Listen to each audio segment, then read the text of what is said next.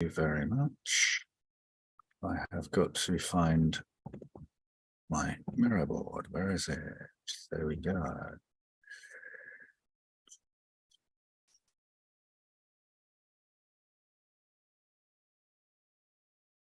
Okay, welcome everybody to Book Club. I'm Dan Wheatley, and we are covering the chapter Nonlinear and Iterative. If I can find the housekeeping notes, which are on here somewhere.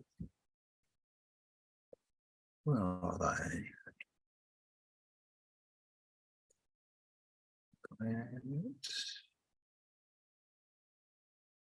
Second, let me.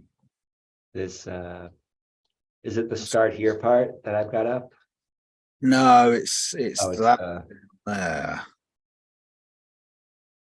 let me find you. It's It's the ones that yeah, I think one of those is Tego added. yeah. So as it says, 1 hour is never enough to go over everything in the book. So we'll start with just me waffling for a couple of minutes, probably won't be 5, about iterative and non-linear type things. Then we'll basically talk through. I've put a if you can you see frame 3, James, down to your left?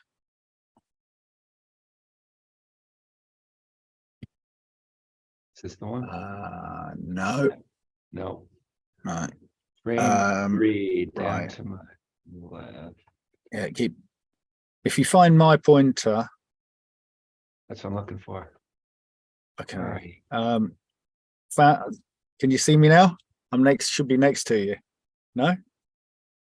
Oh, I can't. Just keep still. Right. Am I there? No. Down. Oh, gotcha. Harsher's there now. Yay. There, got it. Yeah. Here we are. That's today. That's today. Doing a really smooth job here, aren't I? Okay, so we touched on yesterday in the meeting the concept that nonlinear and iterative are contextual in as much as I can see from the context in which the viewer is looking at something.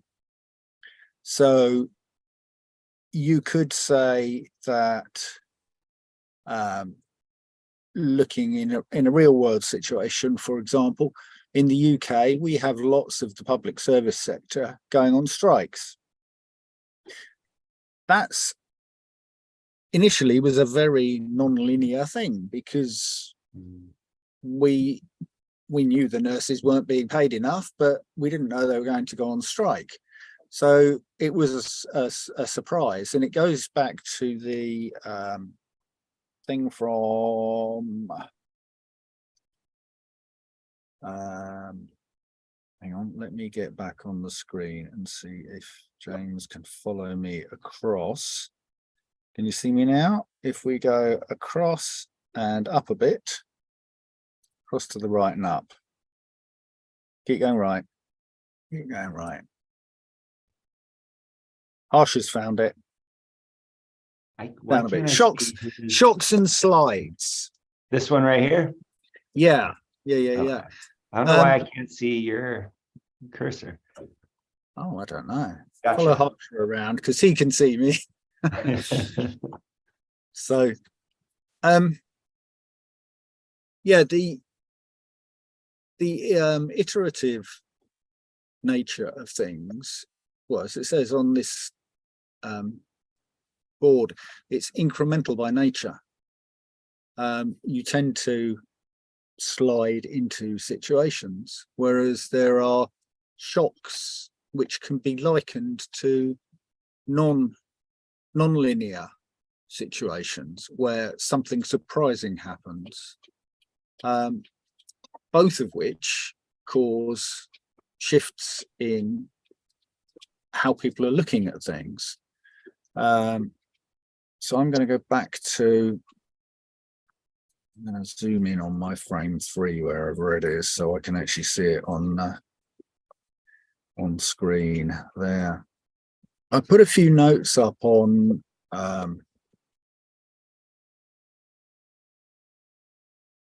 taken from the chapter on nonlinear and iterative. I found it quite a mixed chapter, in that it wasn't necessarily talking to its title, if that makes sense. I mean, all of these quotes, He's good. all of Yes. these quotes come from the chapter, and it's. I mean, I'll take the one from 106. Transformation doesn't happen in a linear way, at least not one we can always track. It happens in cycles, convergences, and explosions. So to me, that's saying that nonlinear and iterative are kind of mixed. You can do something in an iterative way. For example, developing a program. You start out with an idea, you develop it, you break it down into the various functions you need, you produce the program, and it's quite iterative. You improve it and improve it and improve it.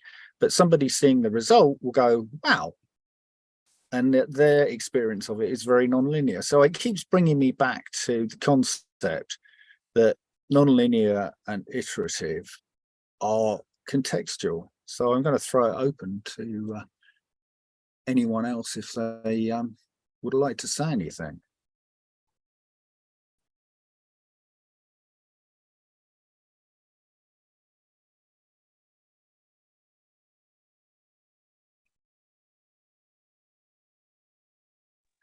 If nobody wants to say anything, they're going to have to listen to me rabbiting on for the next half an hour. Hey, go for it.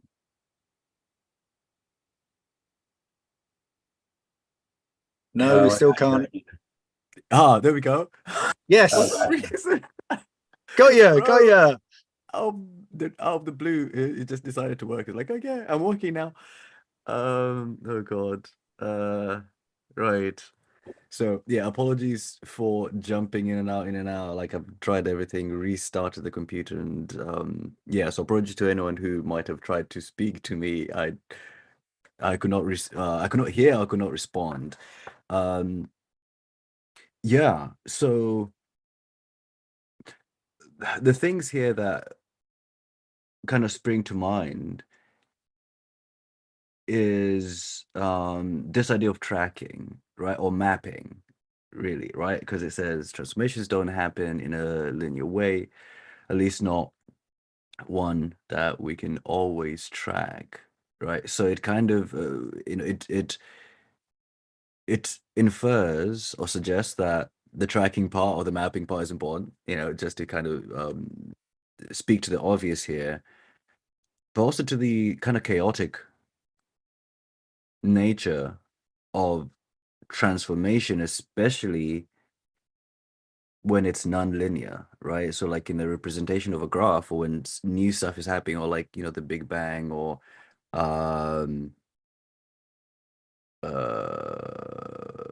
forget the whatever explosion, Cambrian explosion. There's often, not everything works out, right? And again, I suppose some species die off, some, become stronger, da da da. But I think in that, messiness, one could, I suppose, have a subjective opinion about the value of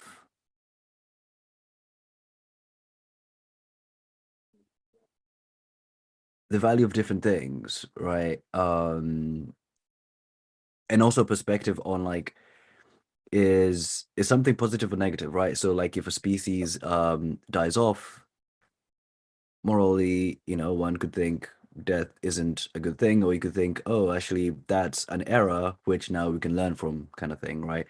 And this kind of ties back to also what we talked about in our conversation yesterday about how proximity to information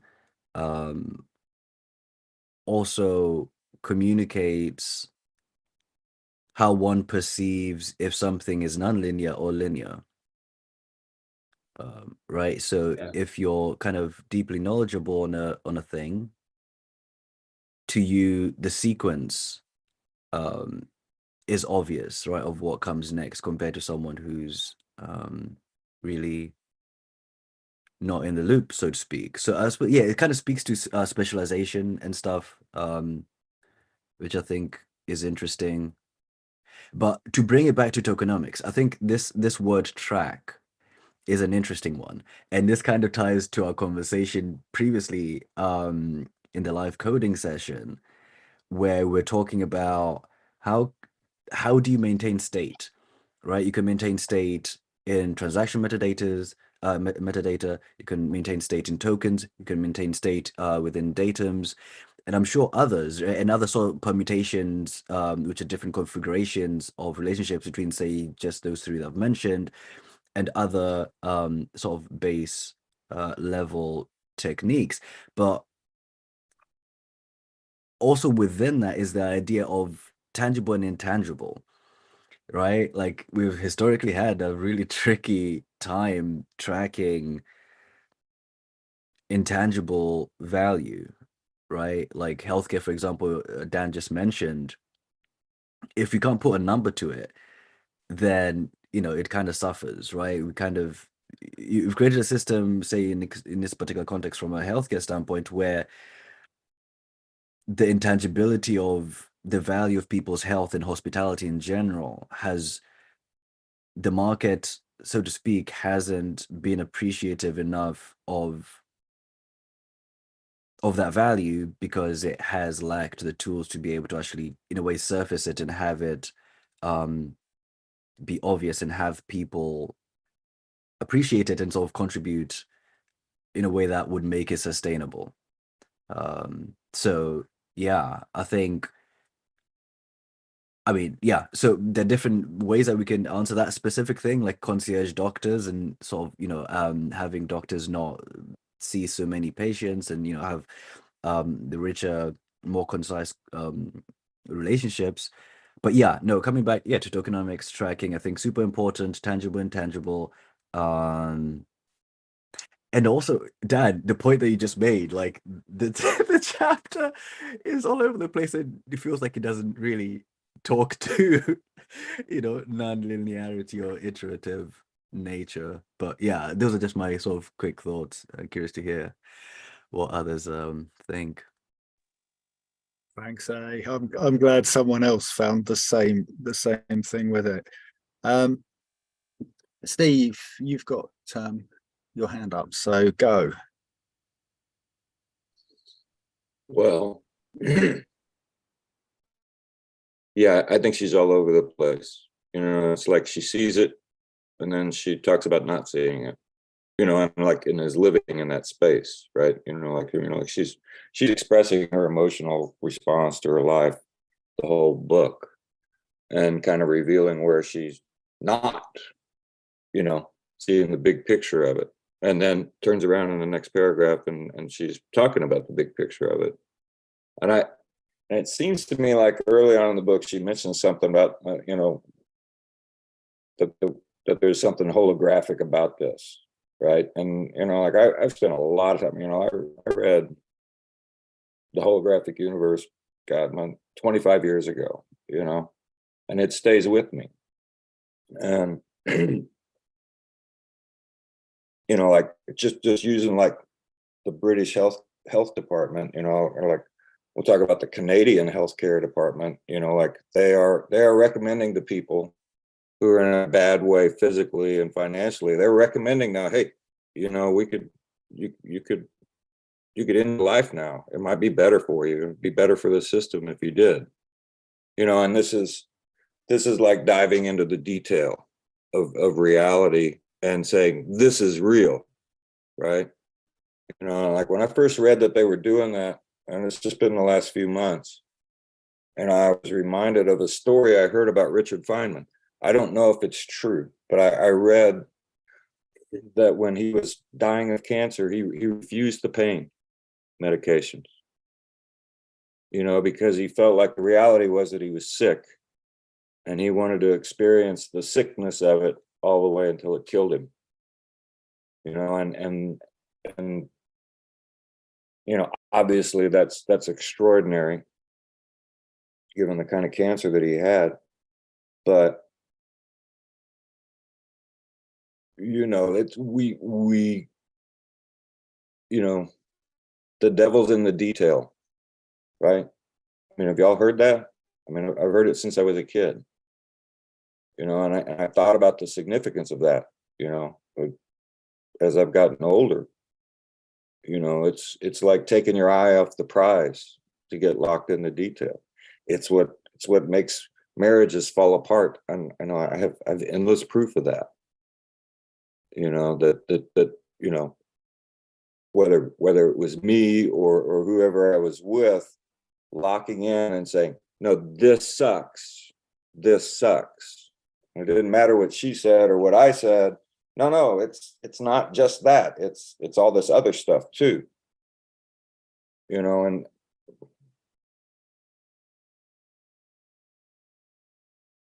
I think she does a good job of saying to embrace the non-linear nature of it. At the same time, she's got a lot of righteous indignation about, you know, the detail in that non-linearity. You know, and I it takes a lot of resolve to see it from the big perspective and then get pissed off at a detail. You know, like that's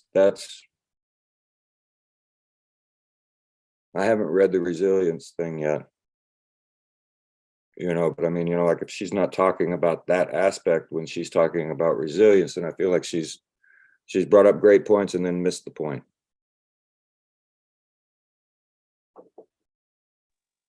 Yeah, I've just started on the resilience thing chapter. I can't really remember too much detail on it because I went back through the iterative and non-linear one. James, you've got a comment. I thought I was going to say one thing, but then that last thing Steve said blew my mind. You said it takes a lot of resolve to keep the big picture in mind and get pissed off about a detail. I think that's awesome. I think my philosophy would be, hell yeah, get pissed off about the details. And because like be resolved about the big picture being the way it is. Feel however you're going to feel about it. I agree. And here's the thing, That's you know, exciting. it's like this is why you can't take anything personally. Even when you can't take your own anger at the detail personally. Right. You have to embrace it and let go of it at the same time. Right. Well, that's and it's anger at a detail as a demonstration too. Like I couldn't help but thinking about the educational perspective of this chapter. And on the one hand, I agree she's all over the place, but I think it's well done to the point, right? Like this is the thing, and it makes me think. I have a lot of gratitude for the space that we've created with each other to share something nonlinear and iterative, and like you know, get through the meandering threads that it takes to get to the point that we're trying to make. Like that's I'm glad you brought up relationships, Steve, because I've known relationships, right, where that's not the case, where you get stuck on thread number A of you know, thread number 1 of 3, and you're like, no, I just I needed to set the stage with that one. That's not even what I was trying to talk about, right? Like that's it's so easy to get stuck in that spot. And I really appreciate that we haven't done that. And that there is this space to say complicated things and make sense of ideas. And what brings it to teaching for me is, you know, she does, there's a couple of pages where she meditates on haters. And that was just really helpful for me to read, because I know that early on in what we were doing here at Gimbal Labs, and I'm still not over it. Like I still fall into this occasionally, but like I've had the chance to practice it. I would take a newcomer's excitement as hate. I would mishear somebody showing up and saying, you should do this, you should do that, it's easy. And the words "it's easy" are still gonna be my kryptonite. I'll still get pissed off whenever I hear those. But like somebody coming in saying, look at all the possibility here, you should X, Y, and Z, you know, I definitely 2 years ago I heard that as hate. What the hell do you think we're doing here? Come on, yeah. But that's excitement, right? And so channeling from an educational perspective, and sometimes there will be haters in a room. That's fine. We should expect that. I think channeling that is really exciting work that we get to share in together. And then there was a quote just on then a little bit later, right? You know, this is what we've been talking about with tokenomics for a year. The movement is about making it as easy as possible to enter, no matter what passion brought you here. That's how you iteratively build a movement, and you never know what passion is going to cause somebody to show up. And so but going back to the title and the approach, I would argue that I think she's given all of us the opportunity to like grab our interest where we want it. And then to get to that new point of participation, whatever it was that hooked us.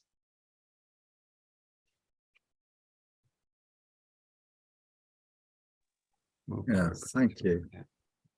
I'm going to move on to one of the other quotes I put up there, because it's not something that, it's not necessarily to do with, well, it is to do with iterative and non-linear, in as much as it says, seek the wisdom of those not already part of our movements, not to get them in step, but because we need their lived experiential wisdom to shape solutions that will work for the majority of living beings. And that kind of made me think about how blockchain is going to change the world. But we need to be careful that we don't all get cocooned in our world of blockchain and technical stuff. We still need to realize that the world out there is going to be what ultimately makes what we're doing now worthwhile. And it's got to be easy for people to use. It's got to be easy for people to understand, or not. They don't need to understand all the details, all the ins and outs of everything, but we do need to take on board that it's got to work for the world. I don't know if anyone's got any thoughts on that.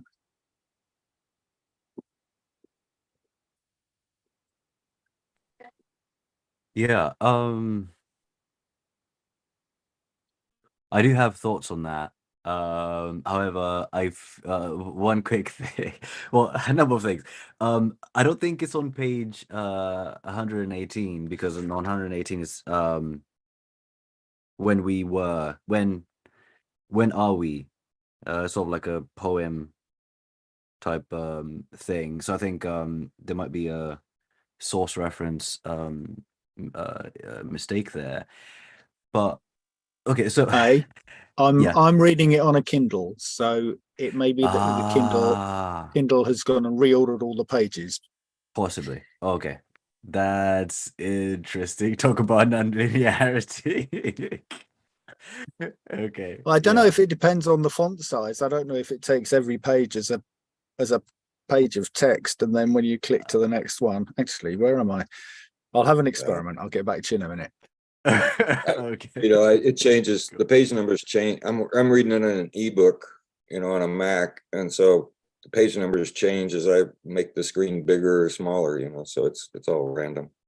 Okay, that's interesting. That kind of speaks to like collisions in terms of being able to have, yeah, like to communicate and stuff. But yeah, so um I do like this particular idea of seeking the wisdom of those who aren't particularly, on board. Yeah, I think it's super valuable. However, if I may, I would like, I had my hand up earlier, but I think Dan possibly just assumed that I didn't put it down from before. I should put it down and put it back up. I just want to speak to a super important point which Steve made, which was in reference to social or socialized health. I mean, he particularly referenced what's going on in Canada, but I think the same could be applied just in general, wherever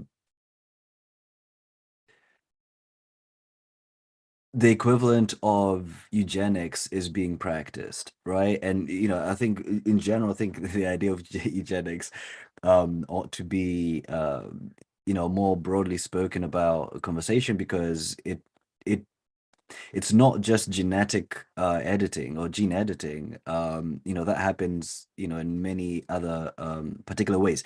However, what I want to bring up is a reference to architecture, right? So I have an architectural background, and that's kind of how I fundamentally think. One key thing, or sort of what's the word, point of constraint, just personally, has always been creating a structure which can lead to harm. So whenever I've been designing stuff, or even just thinking about stuff, it's never stuff which has like open atriums, or if there are, like, they're not higher than, say, two um 2 stories kind of thing. Um, and also, but then the same idea zoomed out to, like, if I, when I think of city planning, at that level, like, building out an estate, the thing that's always at the very forefront of my mind is imagining a dystopian environment where, people, where the architecture is being used, to sort of create pens to hold people, and I try and imagine that worst case scenario, and try and design it in a way where the architecture would be fighting for those people, not fighting for the oppressive, centralized power, which would be, looking to um, enforce their will on others. And so I referenced that, and again, coming back to thinking about, systems thinking, right? Tokenomics is fundamental to incentives, and you're basically having an opinion on how a system in general works. So I'm just going to quickly make a reference to a different book. This one's called Seeing Like a State. Um, Not quite sure whether it's in focus or not, by James C. Scott. I'll read a particular thing because it's about a famous architect, and you'll kind of you'll I'll just, it's one paragraph, and you'll see why I chose particularly share it in light of what Steve just shared, and just the general conversation here. So this is page 115. High modernism implies, as we have seen, a rejection of the past as a model to improve upon, a desire to make a completely fresh start. The more utopian the higher modernism, the more thoroughgoing its implied critique of the existing society. Some of the most vituperative prose of The Radiant City was directed at the misery, confusion, rot, decay, scum, and refuse of the cities that Le Corbusier wanted to transcend. The slums he showed in pictures were labeled shabby, or in the case of the French capital, historic, and tabernacular Paris. He deplored the conditions of the slums and the people they had created. How many of those 5 million, those who came from the countryside to make their fortune, are simply dead weight on the city, an obstacle, a black clot of misery, of failure, of human garbage? Quote from The Radiant City, basically, that last bit. So this, in a way, I mean, the reason why, I sort of speak about this is his intentions are kind of mechanical, right? His idea, as just to add a little bit more context, earlier on it's referenced that he says he's taking quite a scientific method to designing environments for the optimal health, right? Taking into consideration access to nature, sunlight, all that kind of stuff. So yeah, I mean, I bring this up, I suppose, to just reference that as people who are in a position, again, going back to proximity to information and how nonlinear things are not once you're informed.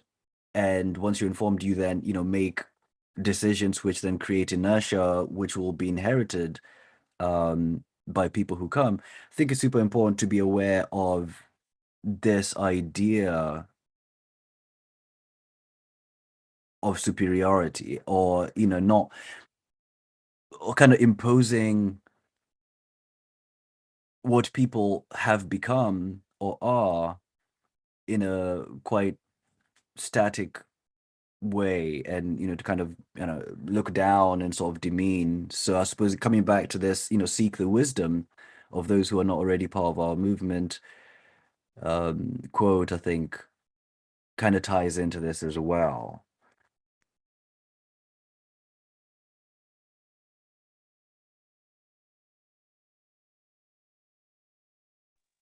Thanks, A. While you're talking about that, I was thinking of something and it's completely jumped out of my head.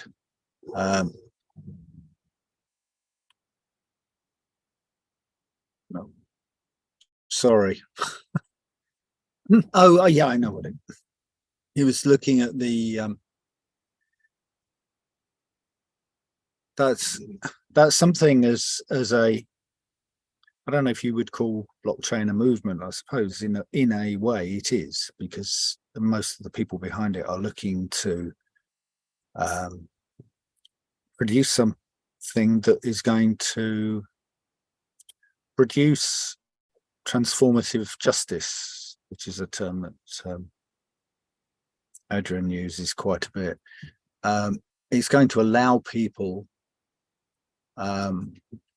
more control over their lives. Part of the social issue at the moment, I think, is that at times people are held in very high value, and then they're dropped. I'm thinking of the nurses, particularly in this case over here. But then there are other organizations, take a restaurant, for example. The guy that owns the restaurant, if he's got any sense, he treats the cleaners equally as well as he treats his chefs. He might not pay them as much, but he treats them equally as well and values them for what they are, because if the place weren't clean, it would get shut down and then the chefs wouldn't have any work.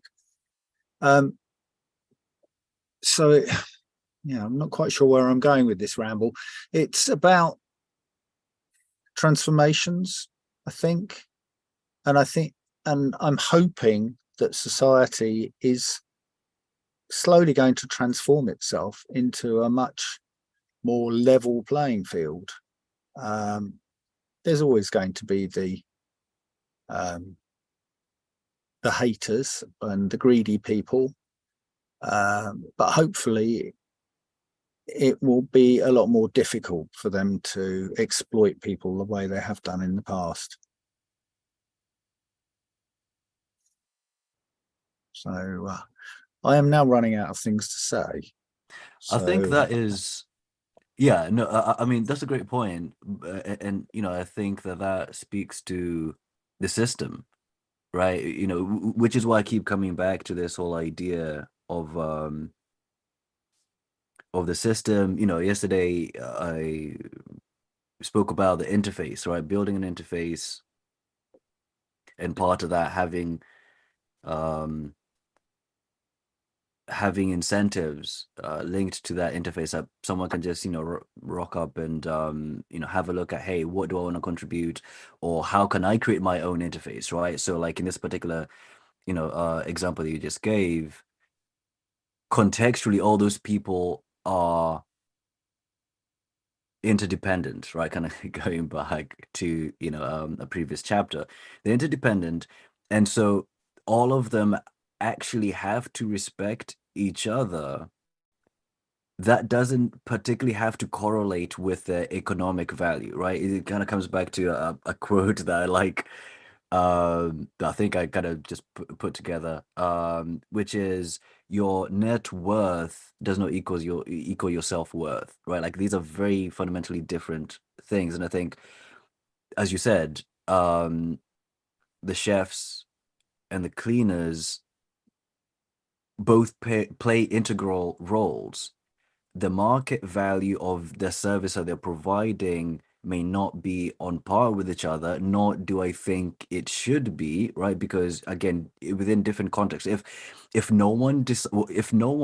majority of people decide, hey, I don't want to clean, or a whole bunch of robots you know, became cleaners, then that fundamentally changes the financial model.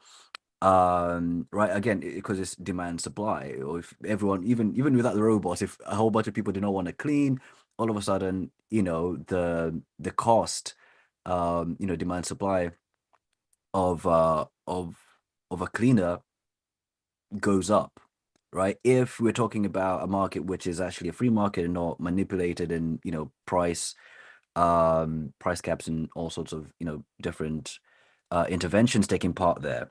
So yeah, I think interface is super important. Language, you know, an idea that actually came to me, or a kind of distillation with a point that, you know, I was making about language in reference to creating an interface.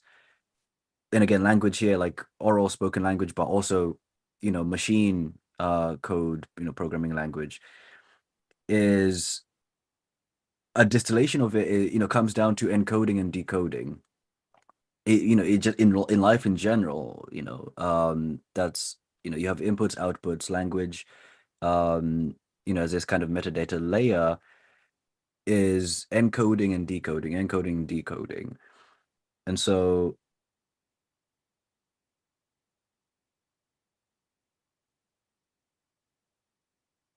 there are many ways that one can encode stuff, and many ways that one can decode stuff. Right, so in the you know, so like creating collections, right? Like the collection of people, as you said, cleaner, chef, etc., like a whole bunch of folks who are required to produce a particular asset, right? Or you know, come or put together into an entity to produce an asset. That is in a way to encode the idea of running a restaurant, or, you know, creating catering for an event. and then I suppose, on the decoding side, a good reference here is a joke, right? Crypto in a way is like a joke where you have to put in the proof of work and the proof of stake as well, and a whole bunch of different proofs, say to have lived in a particular culture or a particular environment in order for you to get the pleasure or the benefit of laughter from a joke, which you've been able to have all those computes and all those conditions have been met, right? For you to actually then decode it successfully and unlock the joy that the joke has. So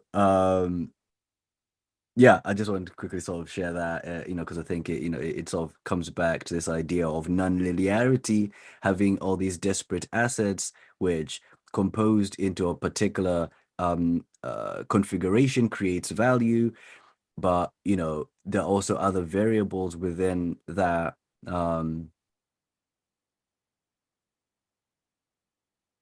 that environment which are worth just kind of well, I would say crypto more than blockchain, but yeah, Oh, I fat fingered that.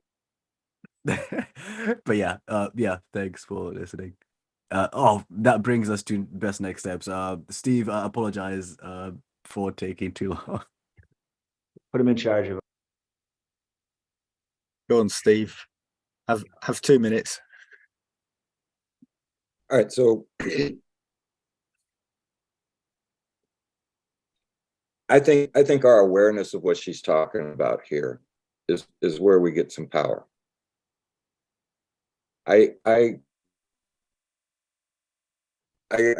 have been for decades frustrated by the way people talk about economics and macroeconomics. I recognize when I read Marx back in the 80s, he's fucking talking about capitalism and economies as if it's an evolving thing, and he's predicting, Marxism as the logical result of the people realizing blah blah blah blah. And my son's mother, she was a Marxist, and she's fucking smart, and she was kind of frustrated sometimes by my capitalistic attitudes and orientation. And I was like, I get why Marx said what he said, dear, but he's fundamentally wrong speaking about economics and capitalism as some kind of evolutionary process that people go through. And it's like the thing that he missed, and the thing that people miss now, is that it's calculated, it's intentional, right? There are very smart guys who have manipulated markets and people for hundreds and hundreds of years. They've understood emotional triggers in the mass of populations. They've understood that if you distract people, they won't get educated because they're distracted, right? And, we who work on crypto, right? Like my involvement in crypto is an expression of that thought that I read there, that I typed in the chat. Personal power is positive anger. I've been pissed off for, 30, 35 years about my place in the economic structure of the world because it just didn't seem right. And when I found out about crypto, particularly found out why people were focused on crypto, I was like, okay, this is a way for me to do something with that anger about the way things are, and take advantage of, a way to fight back. But, like I don't kid myself. These guys who run the economies of the world, they know what they're doing, and they're not leaving much to chance, right? If we're successful, they're going to attack. And it's a real fight what we're doing. They're not going to just like, oh, watch everything get tokenized and every villager in Africa all of a sudden have agency. They don't want them to have fucking agency.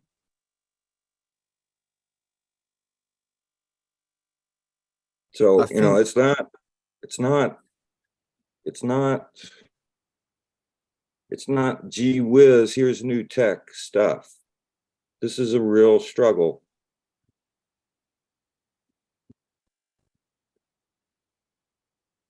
I think our next most elegant steps this week should be to go away and watch all the Matrix films, because that talks to me very much about the state of the world at the moment. The other thing is, following on from what Steve was saying about the clever guys who are controlling things. It used to be that what was the saying? Religion is the opium of the masses. It used to be Catholics, Protestants, all of that. And I think that's changed over the last 20 years, and it's now social media is the opium of the masses, and everybody gets their fix on social media and doesn't get anything done, doesn't want to learn, doesn't learn anything of any significance from it. And it's very much like people are trapped in the matrix and they don't want to be set free. So on that note, does anyone else have any other next most elegant steps? Steve?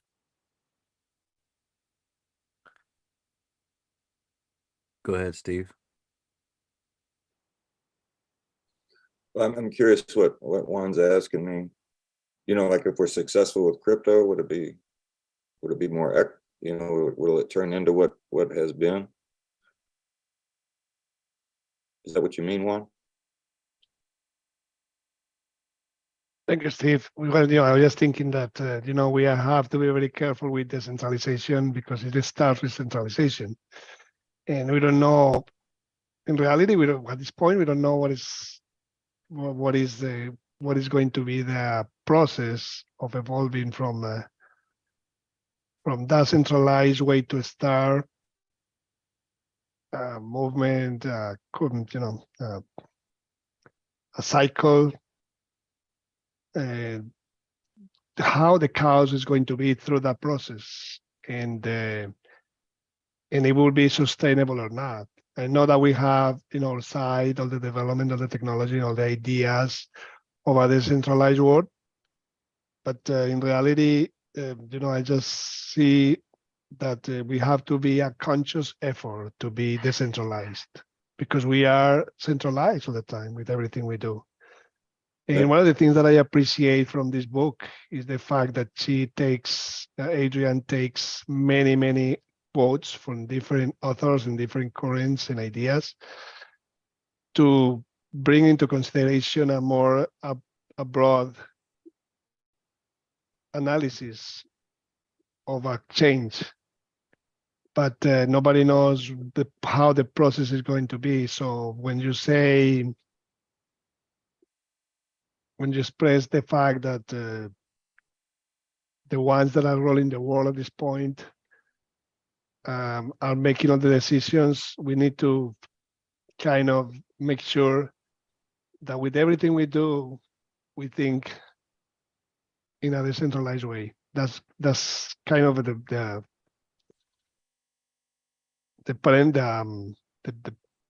Yeah. process thinking Yeah. that I was having at the moment. Yeah.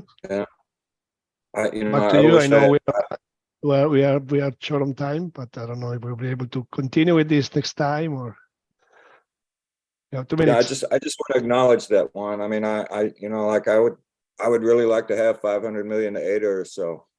And then I would just kind of rule Catalyst until it was decentralized to my satisfaction. I mean, that's the fucked up nature of, duality.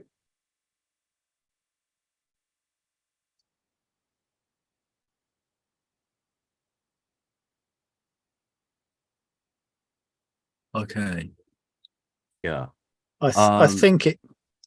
Sorry, just 1 second. Sure. It goes back to the one of the quotes I put talking about where the world is now and how we're looking to change. And that will take time and commitment and a willingness to step outside of the comfort of the current and lean into the unknown together. And I think we're there. The other thing I would like to say is no one's mentioned sustainability. I know it's a funny word and has got connotations of people saying you can't cut a tree down because it's and that sort of thing. But for the world to sustain life, we have to fundamentally change the way we behave in it. Anyway, sorry, go on. You have the last word. Yeah. Yeah, I think there's a lot of political, again, coming back to language, right? There's a lot of sort of political weight that particular word carries. Yeah, but yeah, so no, the thing that I wanted to actually just quickly reference in terms of next or best next steps was, I think, well, Dan has referenced a book. Man, I forget what the title is now. A number of times during these The end conversations. of average. The End of Average, and James as well, you know, has made a lot of reference to the dawn of everything, right? I feel like, you know, much in the same way that I did today in referencing, you know, seeing like a state, because I felt like tangentially there's this specific thing which related. I think there's value in actually tapping into, as we're having these conversations, like, in my opinion, if there's something that you think, hey, that makes sense as a reference, like, contribute it. I personally would be interested to learn of these kind of intertextual relationships between you know, different works which exist. Yeah, and that's I believe pretty much it. Thank you everyone for attending.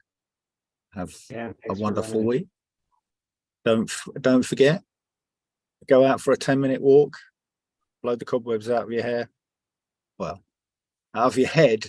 If you I If don't they're have in a your lot of hair. hair, you know, that's I don't free. have a lot of Free. hair to catch cobwebs in. Yeah, catch you all soon. Bye. See you soon. Cheers.